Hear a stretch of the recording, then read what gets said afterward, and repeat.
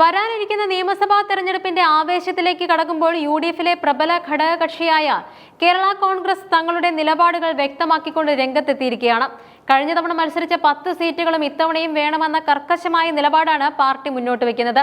പാർട്ടിയുടെ working chairman Mons Joseph നടത്തിയ പ്രസ്താവനകൾ കേരള രാഷ്ട്രീയത്തിൽ പുതിയ ചർച്ചകൾക്ക് വഴി തുറന്നിരിക്കുകയാണ്.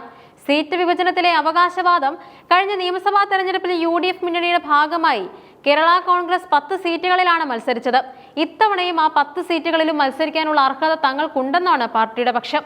കേവലം സീറ്റുകൾ ആവശ്യപ്പെടുക മാത്രമല്ല, മറിച്ച് നിലവിലെ രാഷ്ട്രീയ സാഹചര്യത്തിൽ പാർട്ടിയുടെ സംഘടനാ അടിത്തറ ശക്തമാണെന്നും അതിനാൽ അധിക സീറ്റുകൾ ചോദിക്കുന്നതിൽ തെറ്റില്ലെന്നുമാണ് മോൻസ് ജോസഫ് വ്യക്തമാക്കുന്നത്. കേരള കോൺഗ്രസിന്റെ ശക്തി കേന്ദ്രങ്ങളായ മധ്യ തിരുവിതാംകൂറിലും ഇതര ജില്ലകളിലും പാർട്ടിക്കുണ്ടായ സ്വാധീനം വോട്ടായി മാറുമെന്ന പ്രതീക്ഷയിലാണ് നേതൃത്വം. എന്നാൽ സീറ്റുകളുടെ കാര്യത്തിൽ ഒരു വിട്ടുവീഴ്ചയില്ലാത്ത പിടിവാശി പാർട്ടി കാണിക്കുന്നില്ല എന്നതും ശ്രദ്ധേയമാണ്. ജയസാധ്യതയാണ് പ്രധാനമെന്നും മുന്നണിക്ക് ഗുണകരമാകുമെങ്കിൽ കോൺഗ്രസുമായി സീറ്റുകൾ വെച്ചുമാറാൻ തയ്യാറാണെന്നുമുള്ള നിലപാട് പാർട്ടിയുടെ പ്രായോഗിക രാഷ്ട്രീയം വ്യക്തമാക്കുന്നുണ്ട്. സ്ഥാനാർത്ഥി ചർച്ചകൾ പാർട്ടിയുടെ കരുത്തനായ നേതാവ് മോൻസ് ജോസഫ് കടുത്തുരുത്തി മണ്ഡലത്തിൽ തന്നെ വീണ്ടും ജനവിധി തേടുമെന്നത് ഇപ്പോൾ ഔദ്യോഗികമായി സ്ഥിരീകരിക്കപ്പെട്ടിരിക്കുകയാണ്.